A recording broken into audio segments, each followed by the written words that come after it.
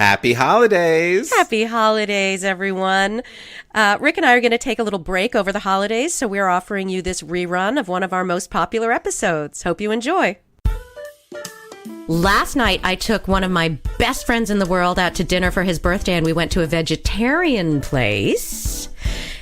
You did? I did. And it was in Chicago called, should we say the name? I'm not sure if we're supposed to. Yes, we will. Called Mana Food Bar. Yes, and it was awesome because instead of having just a whole bunch of fake meat things and being like, here's the, quote, chicken sandwich, here's the, quote, meatloaf that was made with seitan and wheat and things that I don't want to eat more of and just a ton of tofu, they did actually really creative, delicious things with vegetables and grains and legumes. Oh, it was so good. For those of you that have not picked up on it, I was her friend that had a birthday. Could you figure that out? It was really the most amazing restaurant because as a vegetarian, you walk in and you're often stuck with portobello mushroom burger, hummus, or some really ridiculous pasta dish. And that's it. They're really creative, really inventive. Like, it made me want to go back for more. And I felt so nourished because they also did really great food combining there. And that's the great thing you always want in like a really nice vegetarian restaurant, right? People can make creative dishes with really good food combining. Totally. And it was small plates, so we got to share everything. And we had a lot of tastes of a lot of different things. It was so good. Welcome to another episode of You Won't Believe What I Ate Last Night. I'm Rick Fiore. And I'm Kate DeVore, and this is our ongoing conversation about food, health, weight management, and our endeavor to be and stay healthy in a really tasty world. Today, we're talking about inflammation. What is it? What causes it? And what makes it better? Also, do you remember when Popeye would eat his spinach and grow real strong? We're also talking about superfoods. Hey, Kate, aren't you doing a cleanse? I am. It's a very gentle cleanse, and it's going really well. Nice. That's great, because you know how I feel about cleanses. They're not big for me, but I'm glad you're enjoying it. I know. It really does help me reset. But this one is a lot kinder and more actually like a real lifestyle than it is a cleanse. It's not nearly as intense or hardcore as a lot of the ones that I've done in the past. What would you say is the biggest thing you sort of learned from it or you're taking away from it? Well, the thing that is the most pertinent to this conversation is that every cleanse I've done, this one is no exception, right around day 4, I noticed these really dramatic changes in my body. And it feels like I've lost 10 pounds. And, you know, people talk about water weight or whatever, and there may be something like to that, but I don't mean mass-wise. I mean, if I touch my body and just the way I feel internally, I just feel like I've lost a ton of weight. I feel like my muscles are more relaxed. I always have tension around my traps, you know, my shoulders and neck and the base of my skull, and that disappears. My shoulders drop, my neck feels longer. My sacrum releases. It doesn't hurt to bend over anymore. My joints feel more fluid. I'm in a better mood. I'm less achy. I wake up feeling relaxed. My body feels different to my hands when I touch myself. Wow. And it's like a layer of padding is gone. And like I can immediately feel my waist curve in. And I know I haven't lost enough fat for that to be the issue. So I can really only chalk that up to inflammation going away. Oh, wow. That's pretty powerful that you feel it. It is. And I've done so much work paying attention to my body. I think that helps. You know, I've done a lot of mind-body stuff. So I notice that kind of stuff when I am paying attention. And it's not like I'd been walking around feeling, oh my God, I'm so inflamed. But when it went, but when it went away, it was a really dramatic difference. It's sort of like, have you ever had the experience of having some kind of really annoying noise in the background that you hadn't really noticed, but then it stopped? And then when it stops, you're like, oh, thank God. That had been driving me crazy. That's what it feels like when the inflammation goes away. I'm like, I've been feeling like a sausage. And I don't anymore. A packed sausage packed a little bit too tightly. Yeah, I get that. Exactly. So it's been extraordinary. Do you have any similar kinds of feelings relating to inflammation in your body? I have to say, probably no. I think the only time I ever generally think the word inflamed come up is really when I eat too much. Like, for instance, you know me, I love my all-you-can-eat buffets. So I went to an all-you-can-eat Indian buffet, and I have to tell you, I ate less than I would normally eat. So that was really good. But this is good. Every little bit is progress. Thank you, Catherine. This is why I love you. But I do feel so inflammation comes up in my brain when I eat too much, and I literally feel like my entire system has been so overwhelmed, everything grinds to a halt.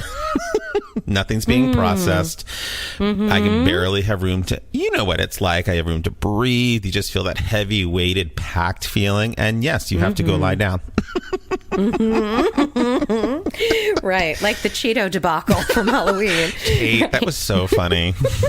In case you weren't listening in our last podcast, Kate mentioned how she ate Cheetos. And after she ate all of her Cheetos, she had to go recline herself. For like an hour. Like I was really sick. The power of Cheetos, man. Yeah, the power of Cheetos. We will not get them to be our sponsor. That's for sure. Yeah. So, all right. So let's talk a little bit about what inflammation is. It's a word that gets bandied about a lot, especially if you follow any of the more sort of slightly alternative healing paths. Yes. So really what it is the body trying to heal itself and defend itself against invaders or damaged tissue. And it's necessary for healing. So inflammation isn't a bad thing, obviously. It's how we heal. It's when it becomes chronic that it's a problem. And there are clear links to name some things you think might be caused by or have inflammation. I'm not going to go with cause. Let's say associated with or related to, and that there's some clear correlation between inflammation and some diseases. Say some stuff. Wow. I was going to say volume, which I already just talked about. I was going to say things like, let's see, dairy is one that comes to mind. No, I'm sorry. That's not what I mean. Yes, we're going to get there. But what diseases does it contribute to? Oh, I'm sorry. I get you. Oh, gosh. Well, let's see. I've totally put you on the spot. I'm so sorry. But this is good because I know it. I've read so much on this. Let's see. I don't know. I can't think of any. As soon as I say them, you're going to be like, oh, of course. And on the website, by the way, you guys, there's a bunch of links for the references and resources for this episode. We're not going to go into that kind of nitty gritty in the podcast, so you can look stuff up on your own if you want to later. But there is research behind everything we're talking about. So cancer. Cancer, of course. Totally. Yep. Bone health. Depression. Isn't there some links to Parkinson's now? Alzheimer's. Thank you. I didn't read Parkinson's, but I did read Alzheimer's. Nothing and generally specific, but there's dementia, there's inferences that there's a relationship. It makes sense. Yeah. Depression and anger disorders, respiratory issues, clogged arteries, cardiovascular disease, type 2 diabetes, rheumatoid arthritis, periodontitis, and hay fever.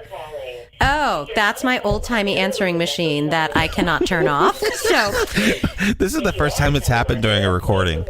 Yeah, that's awesome. What's your standard message on your phone recording about telemarketers? Tell everyone. Yeah, I'm like something about if you're not a telemarketer, leave a message, and if you are a telemarketer, please take me off your call list. I love it. And they usually hang up right at if you are a telemarketer, and then they stop. But it's a design flaw in my answering machine is you can't turn the volume down. You can turn it off, but you can't turn it down. Does anyone call while you sleep? Never happened, but I sleep through the phone. I can have my cell phone next to my bed and I don't notice. I don't hear it. See, and when I'm inflamed, I don't sleep. When I know that I've eaten too much and my body's cannot simply process, sleep is the first thing to go. And of course, we do so much of our healing during sleep that it then just makes it worse, right? It's an awesome combination. Yeah, totally. It's also where I am. I teach at a yoga studio. So in the yoga world, inflammation's always bandied about, as you say. And I just love how the words, because people just walk in randomly and they'll be like, in a class, they're like, yeah, I'm so inflamed today. It's so cute.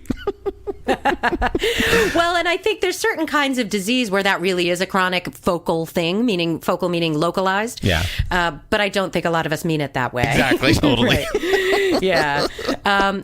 So the researchers are really careful to point out that correlation isn't causation, though, which means that just because all of those things are correlated with inflammation and we see inflammation in their presence doesn't mean that the inflammation causes it or that they cause the inflammation necessarily. So there's still a lot of work to be done. Right. Now, there's some people who are more out there, though that's all pretty much medically agreed upon, everything I just said, I think. But then there's some people who are saying it's even wider than that, including full-on dementia, depression, autism, ADHD, and even aging. There's a big thing about aging now with inflammation.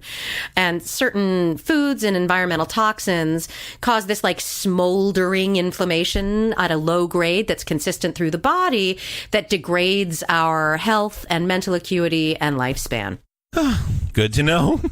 I know. You know that you're saying this. You know what comes to mind? Can I tell you the story? I have to say, like I said, I generally only feel inflammation when I overeat, and aside from the obvious thing when I drink too much. But I was thinking, when I was younger, I do remember this thing of inflammation when I was in school. I would have this really severe, I would have a really immediate reaction to milk when I drank it. And I went to a Catholic school, and so your parents purchased milk to be delivered to your classroom at lunchtime so you could drink it. And you had like 15 minutes to eat your lunch, and then you had to go out for recess. And I never wanted to drink the milk because I always found it disgusting. I never liked the smell of it. And of course, the people that were proctors during the lunch period, they were Nazis about making sure you drank your milk. So I would always take the milk, I put the straw on, I put it up to my lips, but I never drank it. But then like with everyone else, I would just put the milk carton back on the tray. And then those lunch girls would always be like, who didn't finish their milk? And they'd hold the carton up. Who didn't finish their milk? And they would hold everyone inside, keep people from going out to recess on the playground until the person came forward and admitted that they didn't drink their milk. And I never wanted to because I hated it. And when I drank it when I was younger, I would get hives. And I'd tell people, I'm getting hives. And they'd be like, no, you're not.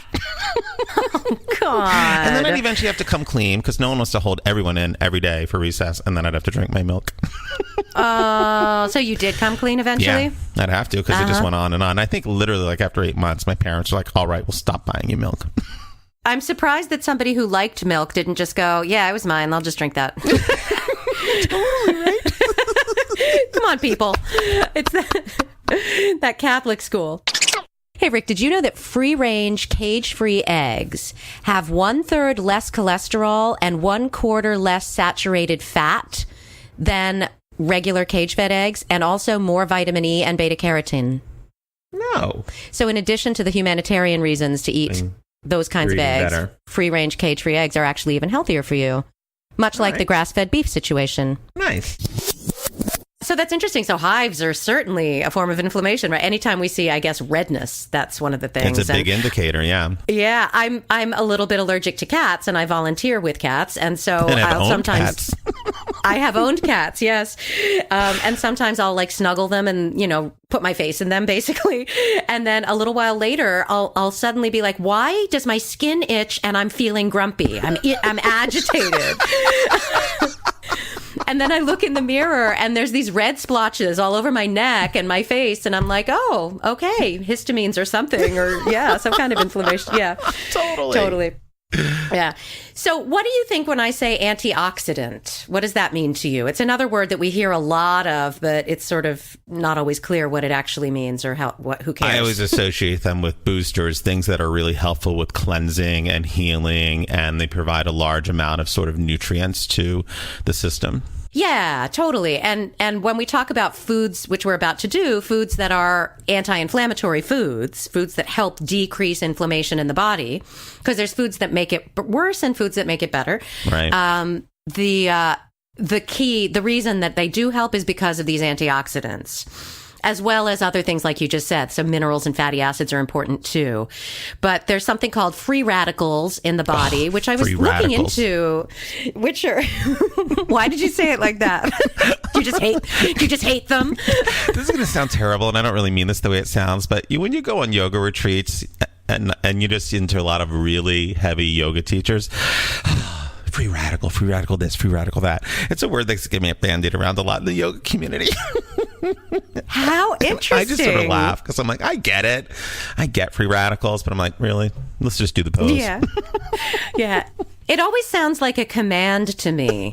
Free radicals. Yes. Like we're supposed to release, whoever's in jail and then right we're stuck now in the for being 70s. radical. Yeah, exactly. Yeah. But free radicals do interesting things with electrons and things. Like I was looking into it. There's some very interesting mechanisms by which they work that we're not going to go into here. But So the antioxidants basically keep the free radicals in check and prevent them from damaging the cells. Nice. Good to know. That's basically how it works, and that's why it matters. So the antioxidants donate electrons, blah, blah. So that's why they're helpful. So some of the foods that decrease inflammation. What do you think about these things? I'm just going to throw stuff out, and you just give me a response. Awesome. Fatty fish or fish oil? I love it, because I have to tell you, when I eat a really good piece of fish, I adore it. I was just in Mexico and was eating a lot of fresh fish. And I'm like, oh my gosh, if I get a fresh fish every day, I would. Literally pull from the ocean, and I can feel the effect in my body right away. That's so interesting. Yeah, apparently sardines, if you can tolerate those, and anchovies and stuff like that are especially high in those omega-3s. I don't eat fish, so I have to take the pills, but that's okay.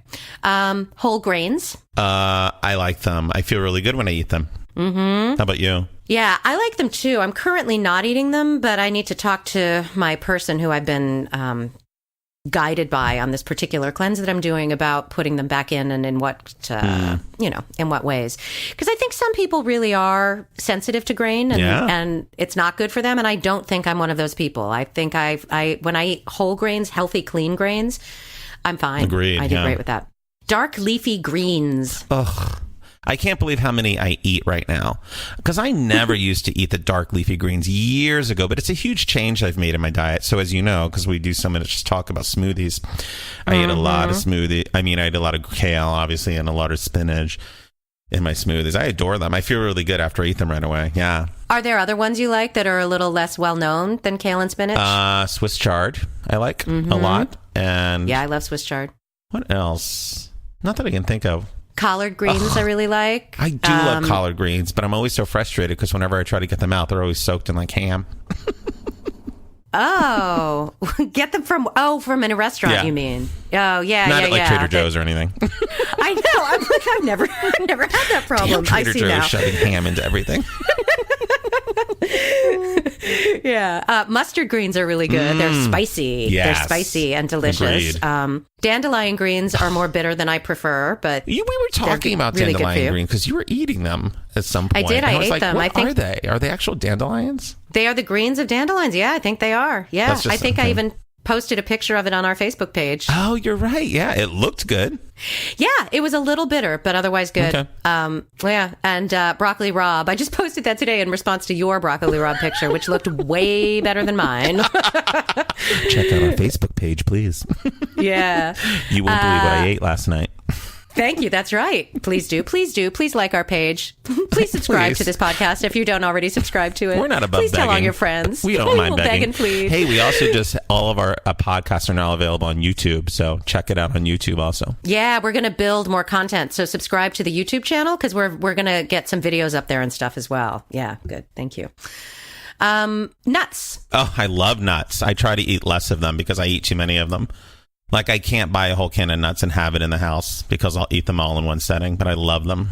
Yeah, almonds and walnuts seem to be the ones that have the highest ratings for anti-inflammatory properties and other stuff, but all nuts I think in general are good, except peanuts I guess, which they're are the worst.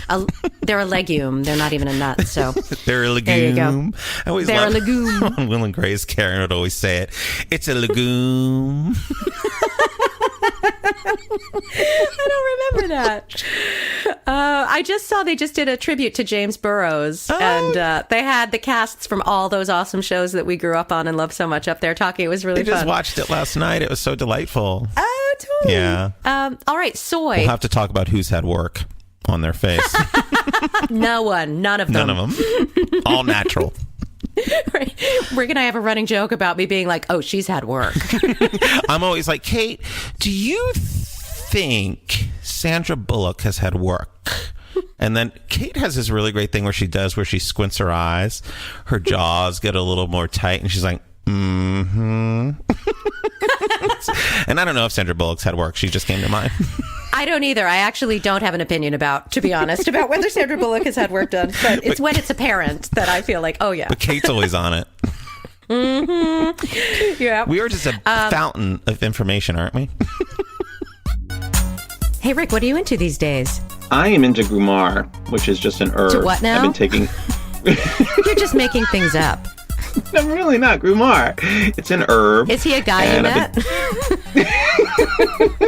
And boy, am I into him all the time. I'm sorry. Gumar? Really? Okay. Yes. So it's basically this herb that I've been experimenting with, which I think is working. I take it in pill form. You can also get it and place a little bit on your tongue, but it's sort of referred to as the sugar killer, that it helps to dissipate the cravings, like literally in the moment that you have for sweetness and desserts and all that fun stuff that I love to eat. Does it work for sugar cravings that are starch-based, like pasta and pizza dough and that kind of sugar? Oh, build up over a long time. Like if you add it to any type of mixture that you're taking, like a vitamin mixture or a pill mixture, over time in your system, it can add up to affect those. But like if you're just trying to use it immediately as a present moment thing to solve something, it's really those direct sweet sugars. It's like for the ice sweet cream. Sugars. Yeah. So over time, as it builds up in your system, it can have that effect. And does it work to staunch the cravings of sweet sugar? Has it worked for you? I'm going to let you know. But I think so, yeah. Fascinating. Because I'm just sort of into it. I agree. I have never even heard of that. I love that. Yeah, check it out. All right, what do you think about soy? I like soy. I have liked soy in the past. I'm trying to eliminate more soy from my life. I'm trying to really use it as it is meant, as like a condiment, because it really came to our country as like a condiment, something that's supposed to be used as an accent to most dishes. But of course, what does America do? We just create a whole industry around it. Yeah, totally. So I'm definitely moving in the fact that that less soy is better. Not that it's bad. Yeah, I agree completely. And it's got all those issues around estrogen and stuff. It's a complex thing. And it's tricky for vegetarians because you're a little more limited in your protein sources. That's so the truth. I know that's rough. Apparently, the less processed the soy is, the better. Yeah. So tofu is good. Edamame, I think, is one of the best because that's the actual soybeans, which are fabulous grilled, by the way. Really? Yeah. And somebody just told me they're good roasted as well. So I haven't tried that, but... Oh, nice. Seitan is the worst. I have that on my list. I was going to ask you about seitan, but seitan is really the worst sort of soy product out there that you can really sort of imbibe. Isn't seitan wheat gluten, though? Pretty much, yeah. I didn't think there was soy in it. I didn't know it was soy all also. super processed, yeah. Yeah. Super processed. And I think when I was thinking soy, I was thinking proteins. fake meat. Because the big thing about being vegetarian is that people think soy is really high in protein. And it does have protein, but you have to consume so much of it to get the protein. It's not a clean protein source, like say egg whites or fish. Yeah. Or red meat. Yeah. I would have to eat a lot more calories of tofu than of chicken to get the same amount of protein. Exactly. Yeah. Yeah, which is surprising. It's not what I thought it was going to be. Yeah. And I think a lot of these have that drawback, which is all these things are great for you, but how much of it do you have to ingest in order for it to be useful? So one of the things on this list is like tart cherries. Particularly tart cherries. Really? But you have to drink a cup of juice a day or 1.5 cups of cherries. And that's a lot of sugar. That's a lot. Yeah, I don't know. I mean, I guess a cup of juice isn't that bad. But all right, what about low-fat dairy, especially yogurt? I always think it's sort of, we talked about this in our last episode, one of our last episodes, which is, anytime anything's low fat or something's been taken out, something else has been put in. So I never have a good association with it because in order to get the fat out, to make it low fat, they had to put something else in. Or that they had to use some kind of chemical to get the fat out or something. Yeah. Although I just saw something that somebody just gave me some coconut that was reduced fat. And it said on the bag that the fat was reduced somehow by steam. That somehow they were able to steam the fat out of the coconut. So I don't know. Yeah, but I understand that most of the toxins from cows is in the fat. So if you're eating non-organic yogurt, you should eat non-fat yogurt. Oh, interesting. Okay. And that if you want to have low-fat or full-fat yogurt, it's important that it's organic from grass-fed cows because there's a lot less toxins in that. Right, of course. Fat. Totally. Then the other thing, though, is that milk is sometimes on the list of things that cause inflammation, particularly for the large percentage of people who are sensitive to it. Right. So, and for those of us that went to Catholic high school. And those of us that get hives because of the nuns. Right, exactly. Those Catholics, we love you. Yeah, totally. So I'm going to whip through some other ones here. Stop me if you hear anything exciting. Peppers. Well, okay, so, first of all, give me your response to peppers, and then I'm going to tell you the weird thing about them. I adore peppers. I don't really think twice about peppers. I consume when I can. Yeah, I love them too, and they're supposed to be great for you. So they're a nightshade vegetable, which some doctors and patients can exacerbate inflammation in people who already have rheumatoid arthritis. Oh, okay. So they're good for inflammation if you don't have RA, but if you already have RA, then they make it worse, apparently. Okay. So it really points to the whole thing of there is no one panacea. There's no one thing that is the perfect thing for everyone. And this comes back to our common theme, Kate, which is this is all about practicing awareness, right? Learning to understand, to really sort of sample with what do you put in your body and how does it react? Because one thing that's an inflammatory thing for you is not going to be inflammatory for someone else. Right. Yeah. Tomatoes? Oh, I can take or leave them. It depends how they're prepared. The smaller they are, the better they are. I don't like those cherry tomatoes because I'm very particular about what I have squirting in my mouth. I know, all right, I'm just going to move on. Okay, I'm just going to move on. But I mean beets. that. It's suspicious. Yeah.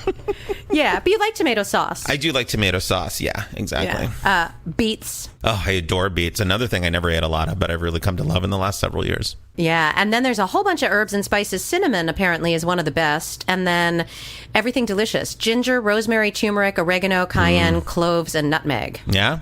All good stuff. All good stuff. So, like, I use them all. Pumpkin pie spice is a really great anti-inflammatory, actually.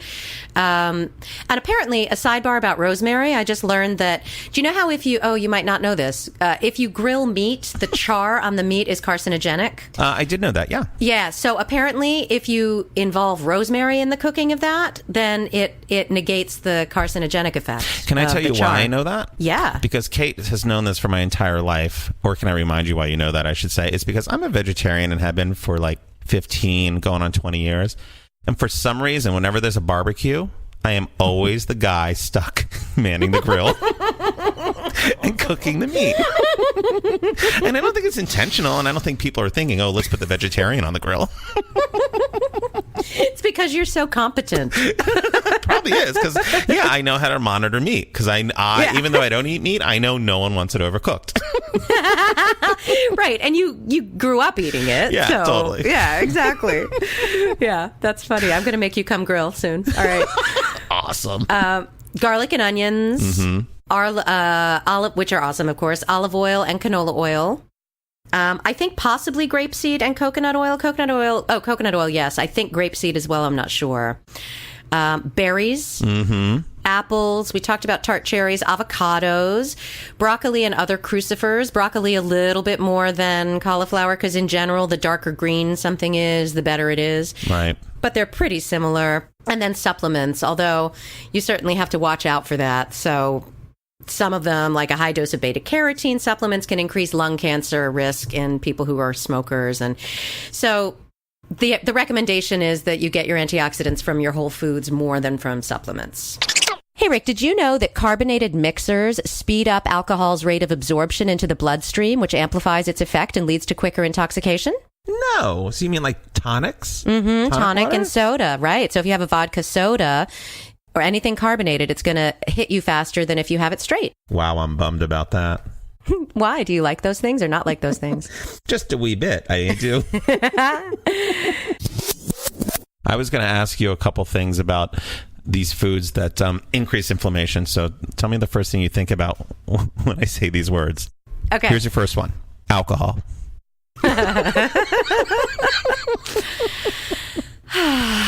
Yeah. Is there anything else to be said? We can both sigh.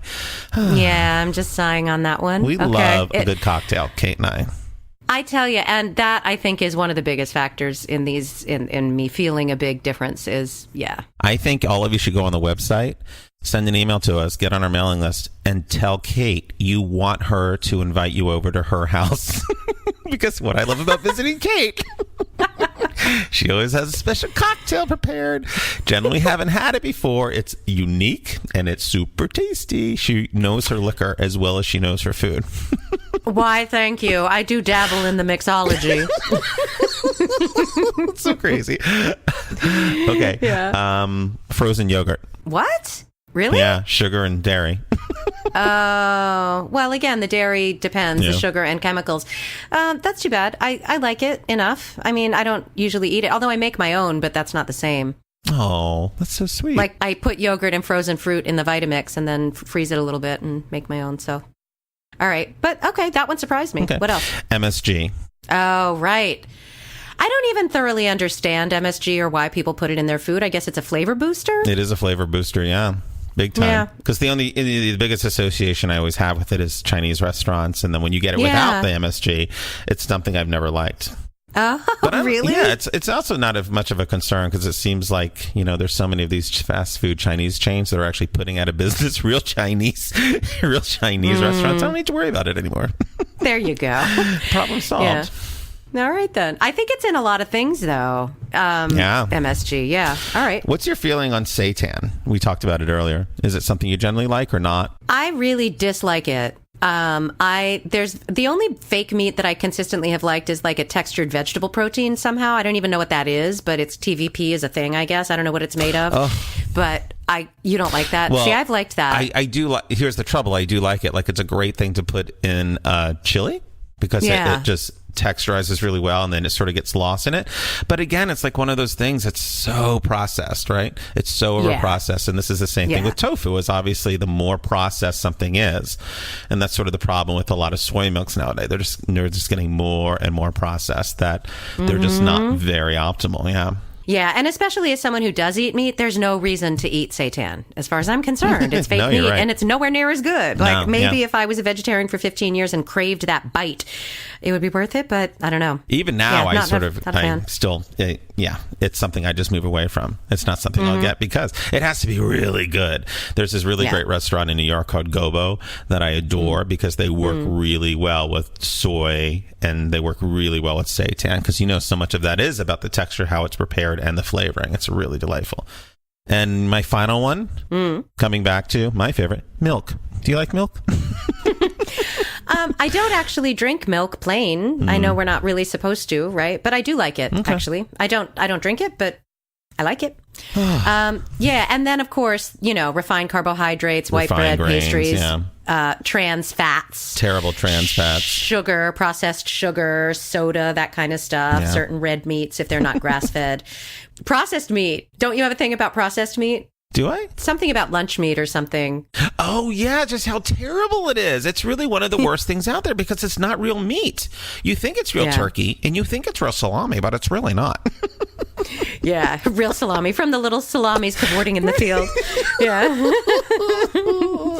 Yeah, so hot dogs, sausages, all that stuff. And bacon is my toxic meat of choice, but still I like all that stuff. Margarine, shortening, lard, gluten for some people, beans. Some people say caffeine, but some people say caffeine is great. So really, again, it all does vary. Jalapenos. Because of the spice. Is that on there? Well, anything that has a lot of spice can be a real inflammation to most people. Like you and I can handle a lot of spice, but I know some people that the minute they get these large amounts of spice in, it immediately inflames their system. That's so interesting because that's in the pepper section. They said that spicy peppers, it's also like spice is one of the things that some people say decreases it. So once again. Well, this is that whole thing I think we talk about is when you sense inflammation right away. Like I can eat a tremendous amount of jalapenos and not sense anything, but I have friends who eat a tremendous jalapeno. They can eat 1 or 2 jalapenos and their whole system becomes overwhelmed. And my sister's sort of the same way with tomatoes. She can't eat a lot of tomatoes right away because she can she'll start to feel it all the way down her throat into her system. Yeah, well, peppers and tomatoes are both nightshade vegetables, which can cause things for people. It can be an issue, I think. Yeah, totally. So I don't usually feel anything I perceive as inflammation instantly. Yeah, for me it's something that's more of a slow burn. Right. Hey Rick, what are superfoods?